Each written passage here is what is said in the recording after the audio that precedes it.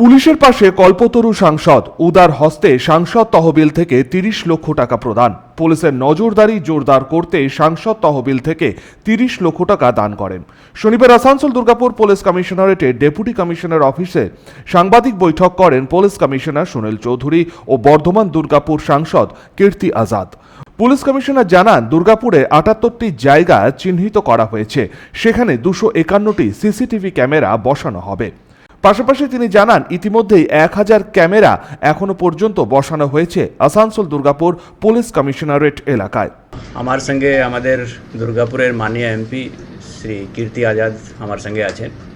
Basically আপনারা সবাই জানেন, মাননীয় সাংসদ সাহেব এখানে দুর্গাপুরের ডেভেলপমেন্টের জন্য অনেক কাজ করছেন। তো উনি আমাদের এই দুর্গাপুর সিটি এবং তার আশেপাশে যে এরিয়া আছে, যে টাউন এরিয়া, ওখানে মানুষের পাবলিক সেফটি অ্যান্ড সিকিউরিটি ওর জন্য আমাদের সাহায্যের হাত বাড়িয়েছেন। ওনার এমপি ল্যাড ফান্ড থেকে 30 লাখ টাকা আমাদেরকে সিসিটিভি ক্যামেরা বসানোর জন্য উনি স্যাংশন করেছেন।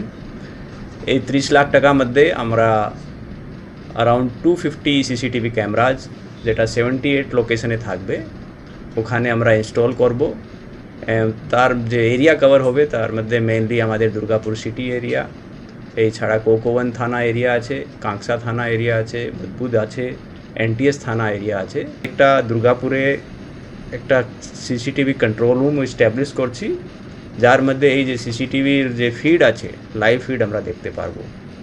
তো মানুষের public safety and security, traffic management, crime prevention and investigation, এর মধ্যে আমাদের এই যে সিসিটিভি যেটা এমপি ল্যাড ফান্ড থেকে আসছে, আমাদের খুব কাজে লাগবে।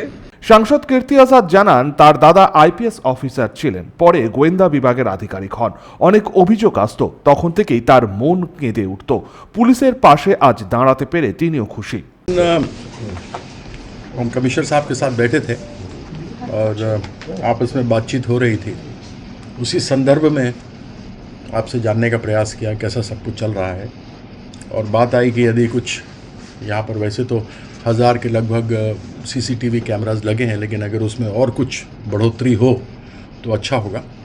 और विशेष करके दुर्गापुर के लोगों का, जिनका कि आशीर्वाद मिला और उनके आशीर्वाद से हम जीत कर यहाँ पर सांसद बने, तो उनकी सुरक्षा के लिए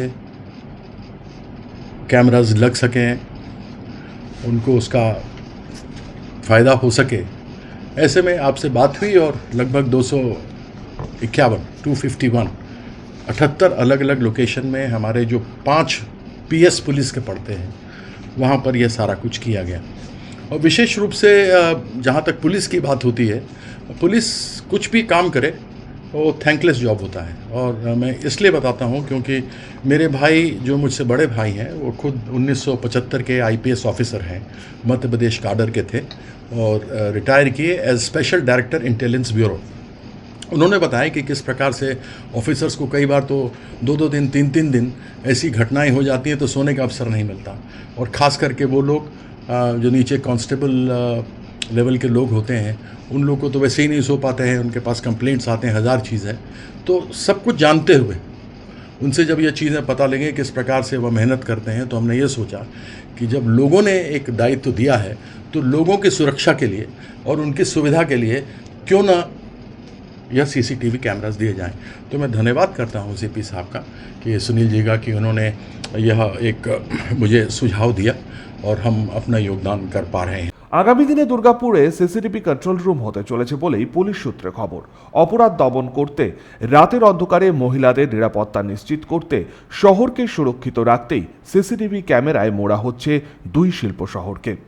সনাতন গড়াই, 99 নিউজ বাংলা, দুর্গাপুর।